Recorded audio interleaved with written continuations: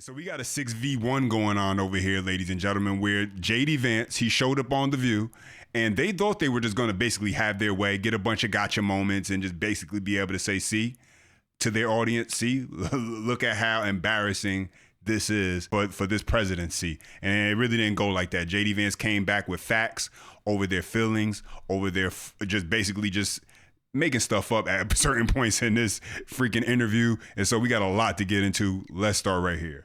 First of all, it's been well covered that I was a critic of Donald Trump back in 2015 and 2016. Now, obviously, I'm sitting here as the Vice President of the United States in the Trump administration.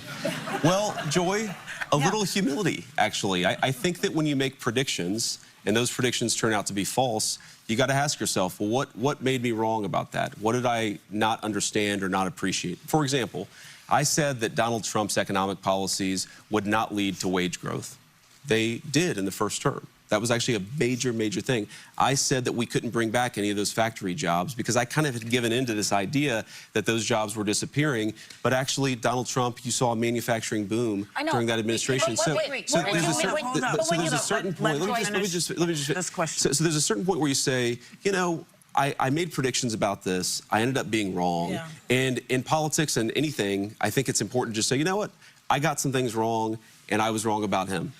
First of all, it's been well covered that I was a critic of Donald Trump. And so JD Vance right there says some things as far as explaining why when they were political foes, he said certain things that obviously after having experience and being actually around the president and seeing the work he's done, changed his opinion, changed his train of thought, actually allowed him to gain new information. Shocker, right? Learning something new and then actually saying, you know what, this is not what I thought it was. As far as things go, I assumed it was one thing because I didn't have all the information, but now I have more information, and now I can make a better observation of what is actually going on. That's basically what he's saying right there. Now, you'll never hear anyone on The View. They have these fake conservatives up there. You got Anna Navarro, you know, they got the fake conservatives up there, but none of them will actually ever admit, even when the president does things that are just overwhelmingly positive for the country. I mean, you can't even deny it, but they'll never actually say we were wrong about this, and so therefore, you know, we have to change our kind of thought process when it comes to criticizing the president. They'll never say that. But let's go ahead and continue. But listen, over 50 people have died in ICE custody.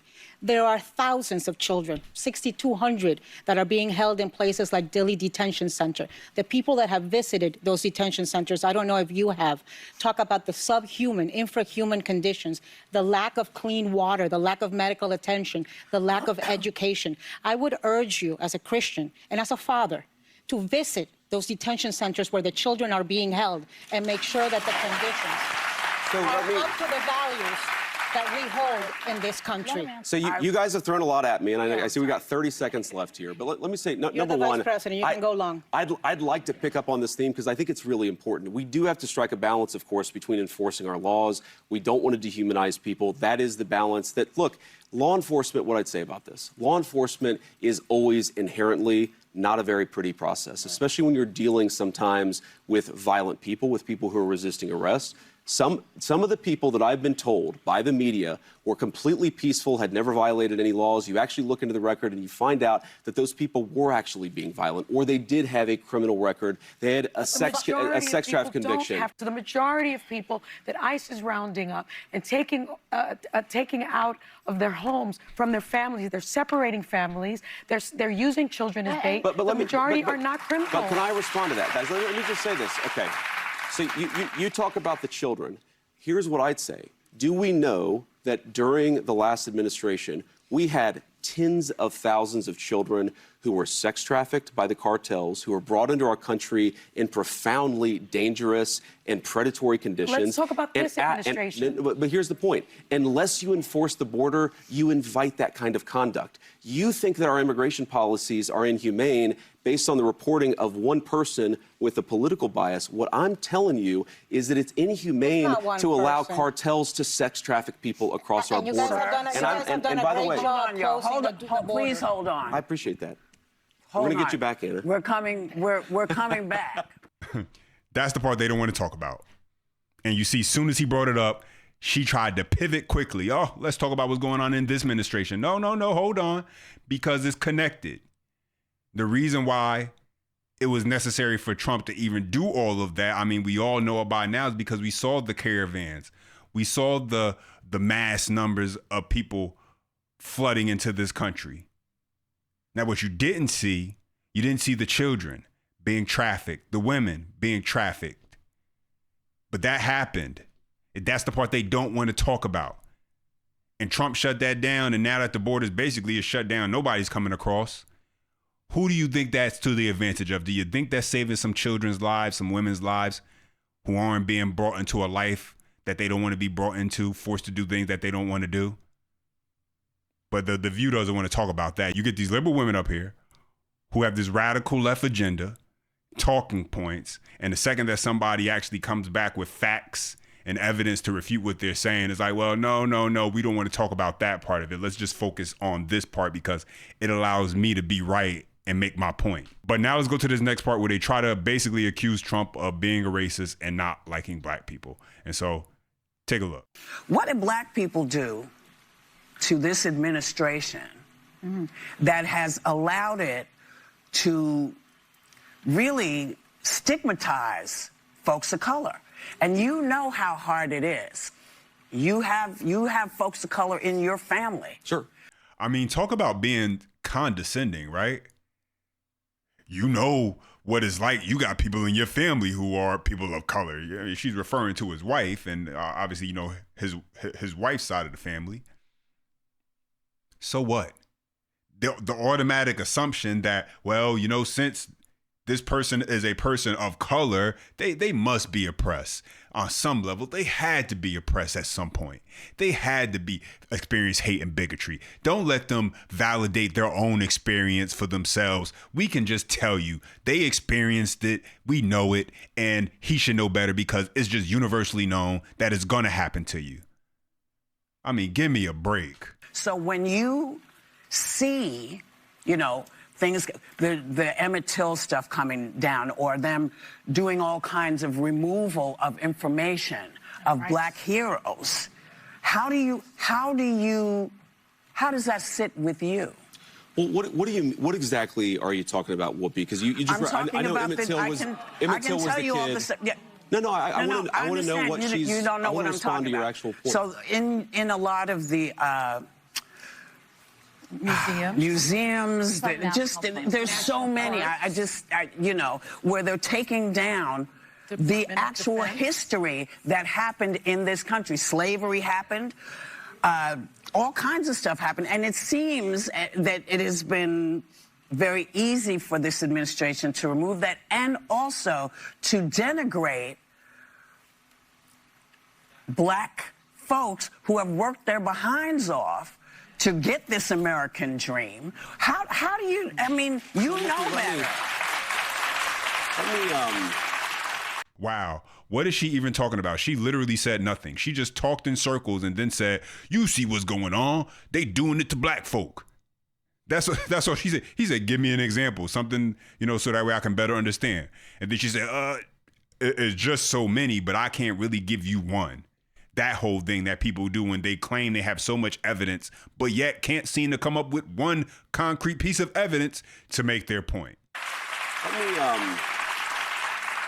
So Sonny, that was actually a very helpful intervention, because I think the story you're talking about is where, you know, allegedly the administration is holding back the appointments of people based on skin color. I've seen the story. I'm talking about a host of things. I'm talking about black history getting erased from public spaces. Black voter districts are being dismantled. Black leaders are being sidelined from our ranks. Where do Americans of color fit in this vision? Because it doesn't seem like we fit. I think, Sonny, nobody is erasing black history. This is what happens when you have a nation, an overabundance, a surplus of these left-wing liberal nut job teachers in these schools who, because of overcorrection, they're out here teaching this race-based ideology, and everything that they teach has to revolve around race. And so now, yeah, of course, there has to be a level of correction to try to get us back to some sense of balance. because it hasn't been any for a while now when it comes to that department. That's number one. Number two, then she wants to go on and talk about how these black districts are being torn apart. Correction. Democrat districts are being torn apart. Don't get it twisted. These are Democrat districts that happen to be black because, yeah, black people vote overwhelmingly Democrat. And yeah, in the South, they said, we're going to stop that. We're not going to let y'all just have these automatic seats based on these unconstitutional maps that have been drawn based on race. No, you can't do that. And black leadership, once again, not black leadership is being silenced. It's Democrat leadership is being silenced, and they just put a black face on it because they don't really care about black people in the Republican Party who are leaders who hold any type of political position. No. We found that out with this whole Memphis situation where they literally had a black woman who was going to be able to run for that seat, but she happens to be a Republican, and so all of a sudden now it's about being able to represent the district no matter what color your skin is. Well, all this other time is about needing a black voice to represent black people. So which one is it? And so really, she's just complaining because Democrats are not able to have their way. They can't get what they want. They're losing the power, the control that they so desperately want, and they're willing to do anything for, even give in to the freaking radical left. And so because they're losing their power and losing their grip, now Sunny hosted, she wants to make you believe this is about black people. And if I may, since October of last year, there's been something like 6,668 refugees allowed into the country. All but 3 were white South Africans. So first of all, I'm very skeptical of that number because we have a lot of different immigration pathways in the United States of America. But let me just address Whoopi's point. Look, first of all, you asked the question, and maybe you don't believe this coming from me, but I think everybody is welcome in our political coalition. Frankly, even if you didn't vote for us, everybody is welcome in our country so long as you're an American citizen with the duties and the legal obligations and rights to be here. But Whoopi, let me just give you an example of this. Okay, so you say that we're anti-minority or anti-black. No, I didn't say that. I asked. See? Well, okay, fine. Fair. Don't start any stuff with me, man. Don't get me in trouble. Don't start no stuff with me. But I misinterpreted your question, but let me answer your actual question there. What I'm saying, I think, okay, look at Washington, D.C. One of the most democratic and one of the blackest, by a share of population, blackest cities in the United States of America, has seen a radical decrease in violent crimes and sexual assaults and in murders. We have tried to take the crime issue seriously, in part because we believe everybody, whether you're black or white or rich or poor, deserves to live in a safe neighborhood. Why does the crime? Where does the crime step in? This is not about crime. This is about lost their jobs. Right. This is about. This is how disconnected they are from reality on that show. J.D. Vance is speaking about something very tangible: crime reduction. Decreasing the level of crime in the black community. He mentioned Washington, D.C., but the same thing can be said about Memphis, what Trump did there. You could also mention New Orleans, what Trump did there. We're talking about black cities because of the population is densely black, and how the Trump administration went in and helped to decrease, give a reduction in the crime rate, help to get rid of people who shouldn't have even been out on the streets anyway, help to do more law enforcement because you do have people in these communities who are taxpayers, law-abiding citizens. Not everyone in these communities are criminals. You have people there simply trying to raise their kids, be with their families, but they can't do so because of the criminal element in these communities that Democrats have allowed to run roughshod because these are Democrat-run cities. And so the Democrats have basically said, it's just another day in the neighborhood. And Trump came in and said, no, we can actually do something about this and improve upon the situation for these people. That's tangible. That's something that you can take home and say, this is an improvement on my life. There's not as much crime. Gunshots aren't ringing through the neighborhood as usual. Don't got to worry nearly as much about getting robbed. These are things that affect the average person living in these communities, their lives on a daily basis. But they're ignorant and oblivious to that, which is why they have to ask and come up with the rebuttal of, well, I'm not even talking, what does this have to do with crime?